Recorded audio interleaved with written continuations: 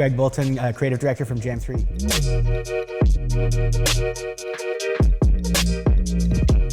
The most important thing I've learned in my career is really to work hard and be nice. It sounds simple, but if you're really good at your job, that's what got you there. If you're really smart and you're really creative, that's great. It's definitely a requirement. But working hard and being nice are the pieces that, you know, don't come naturally. But being nice gets you a long way. I know it sounds squishy, but it's true.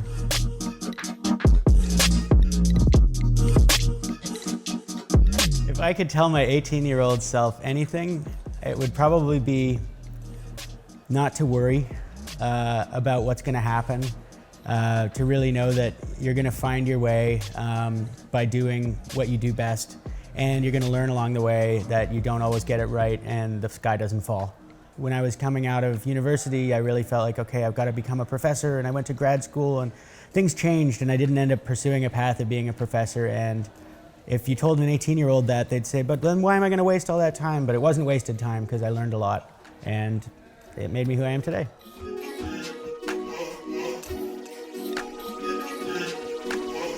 I think what I'm most passionate about is all of it. I know that sounds cheesy, but the reason is that we do different things every day, and we're lucky enough to have a creative playground to do that in. And so it's really more about the team than any particular project, and I love who I work with and the things that we do. I mean, I think one of the keys to a successful organization is knowing what each person's superpower is and really playing to that strength. If you know that somebody doesn't like a certain type of work, it's kind of insane to put them in that role. So what we try to do is make sure that everyone's doing what they're good at and what they love, and usually those are the same things.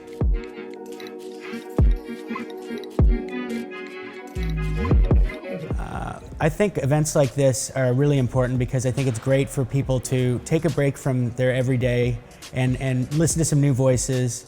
I also think it's from my perspective, I love doing it because, as I say, every time I go and talk to students, I end up learning more from them than they teach me. I just think it's really important for events like this for students to be able to hear from people in the industry, hopefully get them to worry less about the future and understand that there's a process, and that, you know, we didn't all have it right from the beginning and we still don't have it right now. But it's really important to hear some things that you might not take for granted, that you might take for granted as an older person, but as a student you might not know yet.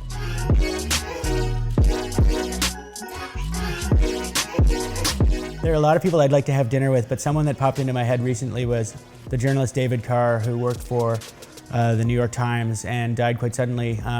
He was just a really cool guy, had a very checkered background, but he always landed on his feet and he always made me both smile and think. That's a pretty good dinner.